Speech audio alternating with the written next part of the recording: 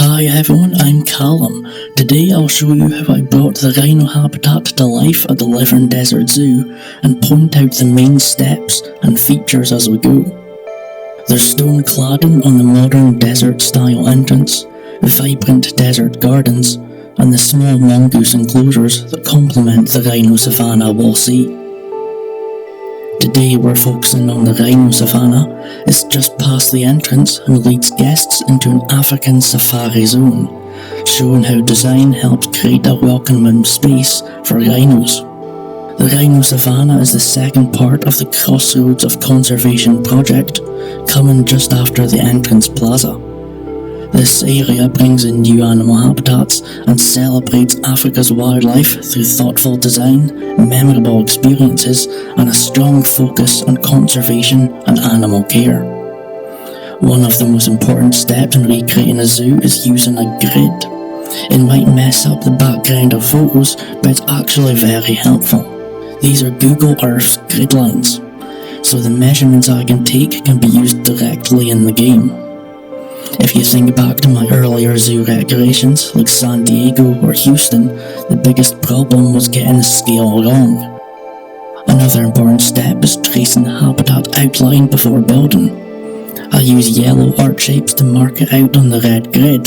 This outline is super helpful, especially when the habitat layout is tricky or the terrain is confusing.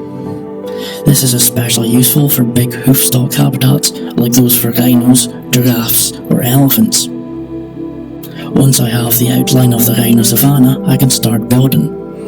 I build with the guest viewing areas and paths. The rhino savanna itself is split into two parts, a large savanna and a smaller one. The main savanna features a big watering hole or pool, while the smaller savanna is centered around a mud bath. A guest path runs between the two savannas and with two viewing areas connected by elevated walkways. The viewing areas are like small terrain islands between the habitats, connected by 5-meter wide elevated paths. All the paths are covered in limestone, which matches the entrance plaza and looks much better than the plain asphalt. The exact shape of the paths in the viewing areas isn't too important. There's no need to take the path right to the edge, since the limestone covering does the job. When paths aren't elevated, the terrain barrier around them can make things look less realistic. Usually the path needs to be about 2 or 3 meters from the edge to hide the terrain, so the limestone really helps here. The standout feature in the guest viewing area is a huge angled thatch shelter. It's tough to build because the thatch pieces aren't very easy to use for custom structures. The shelter is angled on both sides, giving a unique modern look. The bigger side, which faces the main savanna, is easier to build. I use a few flat 4-meter Oceania thatch panels, rotating them bit by bit to make a nice roof. I added a 2D art shape in the centre to extend the shelter, but the tricky part is the smaller side. It's shaped like a half circle with curved sides. As usual, I cut out a lot of the trial and error, so you'll only see the finished result. On my third attempt, I used a longer thatch trim and built the raised half circle more slowly, rather than using the 4-meter panels. At this point, the underside looks pretty messy with all these default wooden poles I can't remove. So I'll need to redo that part to make it look good, since that's what the guests will see. The default wooden poles don't fit the look I want, so I built my own wooden frame to match the rustic, modern African style of the rhino savanna. The Fiesta Ranch gate posts might be a bit big, but they work great for larger, detailed logs, especially in modern builds. I pair them with Indonesian wooden poles to make a wooden frame that goes well with the custom thatch roof. With all this unique architecture in the rhino savanna, it's also interesting to think what inspired the zoo's designs. I know some of you enjoy my thoughts on architecture, especially from my custom builds. I'll keep sharing that for the Levern Desert Zoo. It's not always easy, but I'll point out some of the main themes. The rhino savanna at the zoo focuses on teaching guests about the biodiversity of South and Eastern Africa, where many of the animals here are found. I'd call the modern naturalistic savanna design African safari architecture. It's not just one theme though. African safari buildings don't follow a single, unified style. Instead, it's a mix of different styles, inspired by traditional indigenous designs, eco-friendly ideas, and high-end luxury lodges. The style uses local materials such as mud, thatch, and wood, and focuses on cultural inspiration and sustainability. You can find many of these designs in South Africa's national parks, like the Hoyo Hoyo Tsonga Lodge in Kruger National Park. This modern lodge is a great example of African architecture, with thatch roofing, clean, minimalistic walls, and local materials. Feature zoos often used in conservation-focused habitats. Sustainable architecture is a key part of zoo design today. It supports animal welfare, reduces environmental impact, and advances the zoo's mission as a conservation and educational institution. That's why many modern zoo buildings have green roofs, lots of wood, and other materials designed to reduce the environmental impact of construction and maintenance. The Living Desert Zoo partnered with sustainable forestry companies for wood used in the Rhino Savanna. Trees grown sustainably in the Pacific Northwest help support the zoo's mission for the Crossroads of Conservation project. Another key part of the Rhino Savanna is the Animal Bridge, which supports the large and small savannas. By now, the outline of the savanna and the red grid for measurements are really proving their value. The overhead bridge isn't just a simple terrain arch or tunnel for hoofstock to cross. It's a terrain bridge built for rhinos with rock sides. Inside those rocks, or actually below them, is the guest entrance to the Rhino Savanna. To make things more complicated, the keeper entrance to the mongoose habitat is in the guest tunnel, along with a large naked mole rat colony exhibit in the Life Underground section. As mentioned earlier, these are some of the minor side exhibits in the Rhino Savanna. Instead of guessing the height of the real bridge, I have to deal with the barrier around the keeper's hut and the staff path. The train needs to be about 4 to 5 meters above the path to keep its shape, otherwise it just won't work. So the sloped bridge here needs some conservation grass roof panels to hide parts of the slope within that limit. If I don't do this, the bridge will be full of holes, which I definitely want to avoid.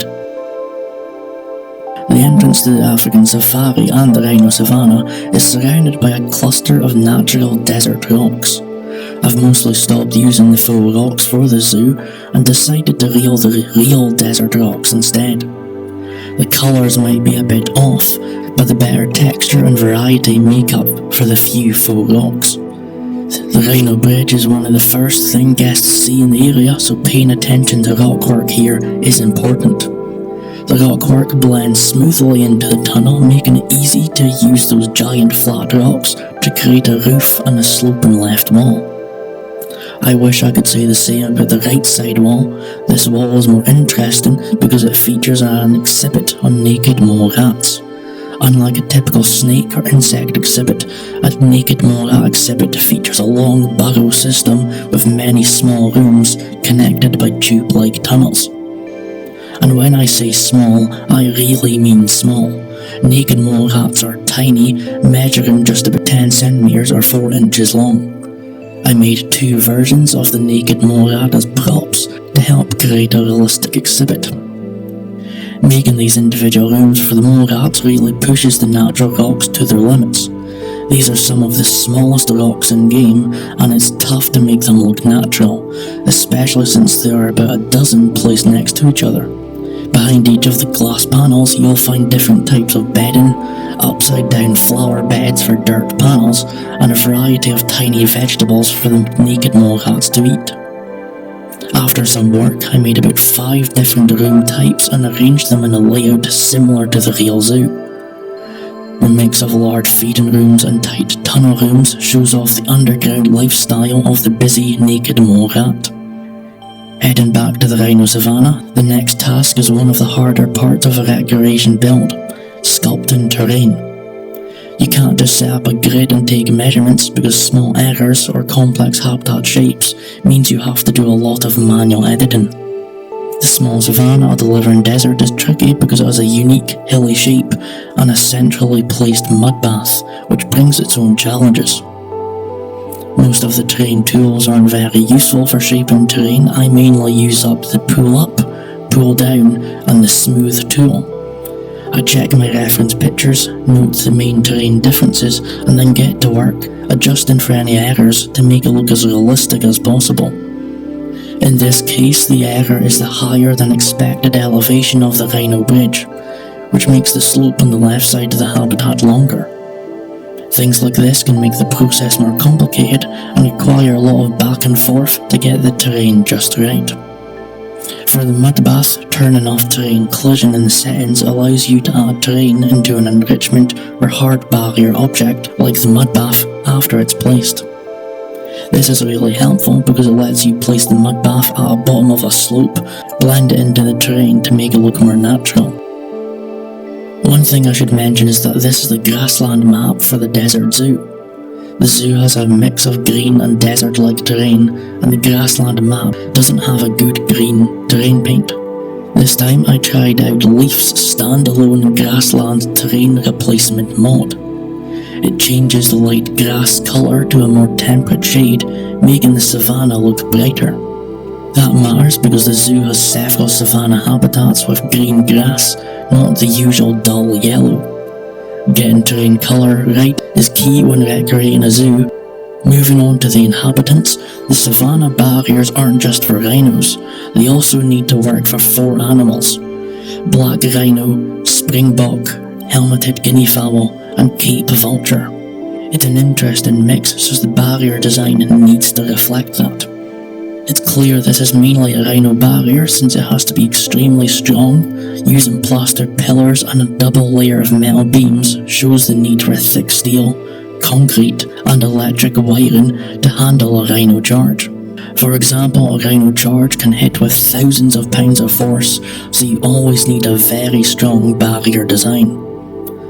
The rhino barrier also works for all the animals in the habitat. It's tall enough to keep the springbok in, and the cable at the bottom stops the birds from getting out where they shouldn't. The birds can access some parts of the habitats that the mammals can't. There are narrow gaps in the barriers where birds can retreat away from the mammals.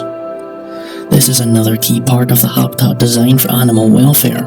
Each animal can retreat from others if needed instead of being forced to stay together all the time. The zoo also made changes because of issues with mixing different mammals in this habitat. There used to be clip springers, which are small antelopes, but they were stressed by the springbok. Now the clip springers have been moved to another part of the zoo where they won't be bothered by more active animals. In this case, the Grevy's zebra is a much better match. The zoo values its mixed species habitats, but sometimes species interactions create challenges for animal care. Back to the barriers and birds, the habitat also has a secondary mesh barrier to keep the birds safely inside. This is especially important where the ground is level with guest viewing, even though it can make the view a little less clear in these spots. In these parts of the habitat, there's plenty of foliage with scarred desert rocks, grassland or semi-desert trees, and a nice layer of grass. To make the grass look realistic, I first put down a layer of periwinkle leaves to mimic flat grass, and then add buffalo grass for a lusher effect. This gives the grass the right height and look, so small birds like guinea fowl aren't hidden in tall grass.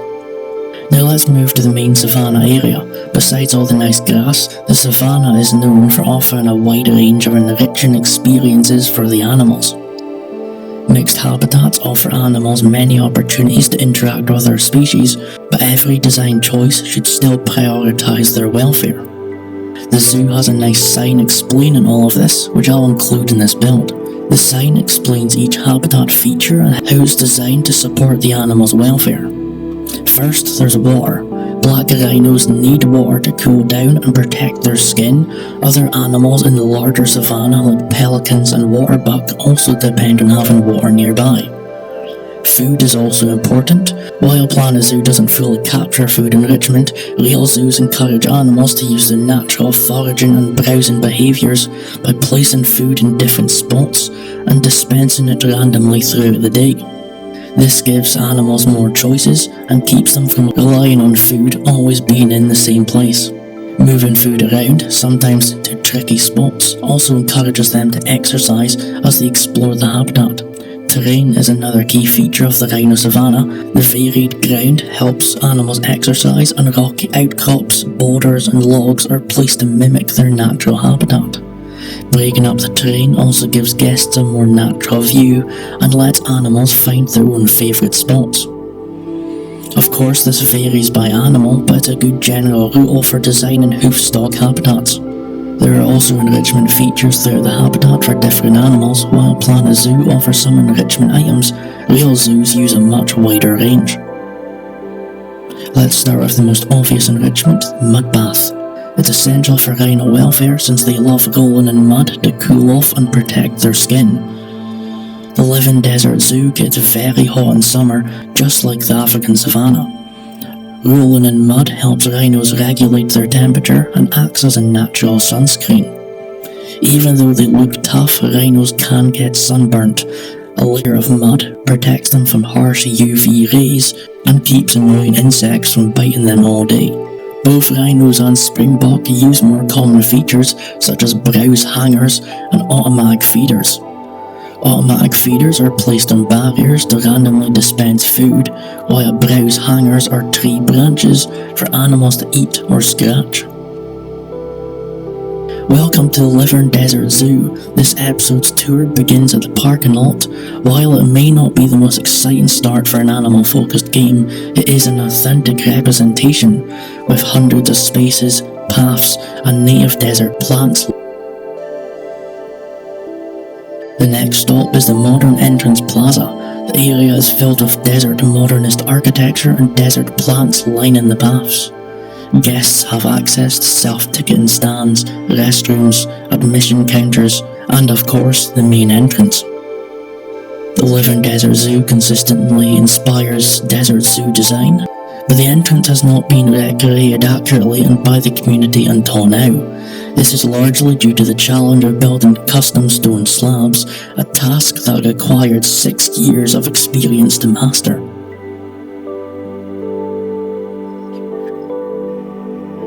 Inside the entrance there's a welcome centre, a scenic desert garden, an unfinished gift shop, and a spacious open plaza for guest circulation. The Welcome Centre includes a promo video, a zoo map, place for staff to assist guests or schedule animal encounters. Past the entrance you can get a great view of the rhino savanna. Springboks are a common sight here.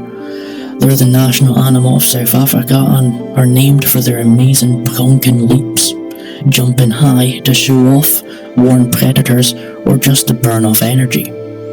Springboks are great at conserving water and can go a long time without drinking, which is perfect for dry environments. Nearby you'll find helmeted guinea fowl, nature's pest control. Their loud calls scare off predators and warn other animals. In big groups, they eat with their larger friends and are excellent at eating ticks, helping control Lyme disease.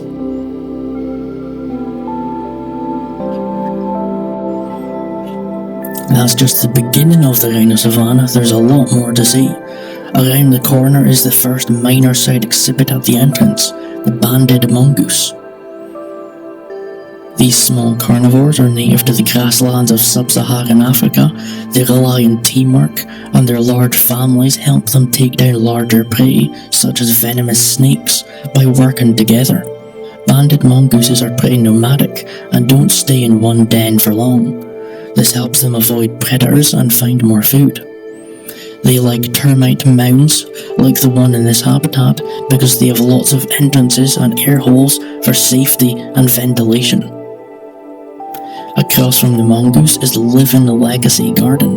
This shaded, spacious garden at the entrance is a great introduction to the zoo's many gardens. The main feature is a group of manzanita bushes, beautiful drought-tolerant evergreens with reddish bark and leathery leaves. They are important in California's chaparral, providing berries and shelter for wildlife.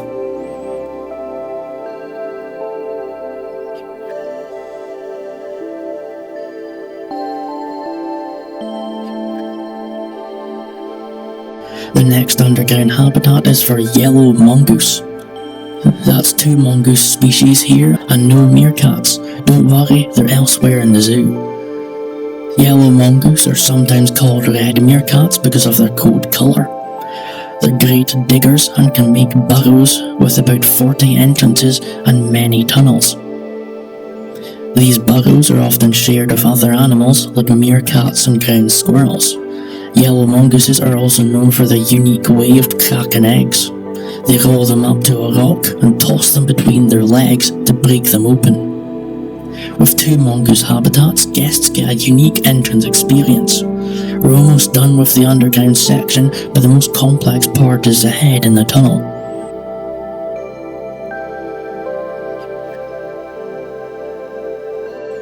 While large mammals cross above, guests go in to see one of the zoo's smallest animals. It's tiny and wrinkly. It has to be the naked mole rat. These nearly blind, hairless rodents live a lot like insects.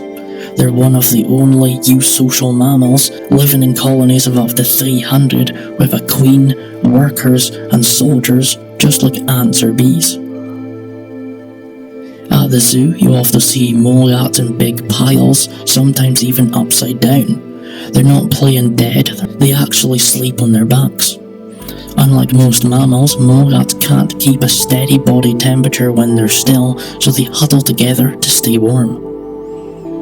Zoo mole rat exhibits are often impressive because large colonies build complex underground tunnels connecting different chambers. Mole rats use these rooms for sleeping and eating, and they even have a special toilet room.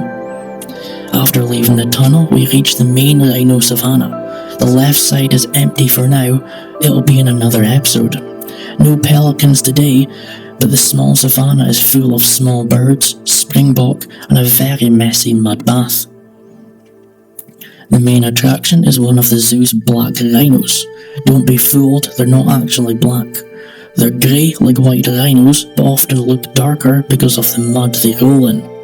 Rhinos are herbivores, and black rhinos specialise in eating leaves and branches using their hooked, prehensile upper lip. This gives them more food choices when surrounded by grass-eating herbivores. Rhinos don't see very well, but they have excellent hearing. They can swivel their cone-shaped ears to catch even the smallest sounds, and they can run surprisingly fast, up to 35 miles per hour or 55 kilometers per hour. Black rhinos are in serious danger of extinction, and humans are the only real threat to adult rhinos. Out-of-control poaching in the late 20th century wiped out 97% of the world's black rhinos. Even now, the demand for rhino horns is high, and black rhinos are still critically endangered. The Rhino Savanna at the Living Desert Zoo highlights conservation efforts for black rhinos. Anti-poaching efforts and protected national parks are helping their numbers grow. Last but not least, the Cape vulture also lives in the savanna. They're the largest vultures in southern Africa and act as nature's cleanup crew. With great eyesight, they fly miles to find carcasses. Their special digestive system lets them eat rotten meat, which helps stop diseases like rabies and anthrax from spreading. Cape vultures are very social. They don't just live in flocks, they thrive in them. They nest, roost and feed together, often in groups of hundreds. They rely on each other to find food and use special flight patterns to alert the group. Here's a not so fun fact. Vultures in open savanna habitats and zoos can't fly. It's fun to watch them hop around with guinea fowl, but it's less nice when you learn that zoos often use pinioning, a surgery that removes part of one wing to stop flight. It's controversial and maybe why Cape vultures aren't in the real rhino savanna anymore. At the end of the savanna, there's the Crash Cafe, a large building inspired by African design. It has restrooms downstairs and dining upstairs. The name fits since a group of rhinos is called a crash. The cafe serves basic snacks and drinks, perfect for a quick stop. We won't see the main dining options until much later in the zoo.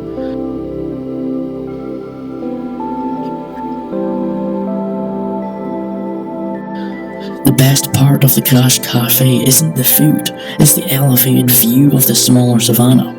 From here, you can see even more animals roaming their habitat.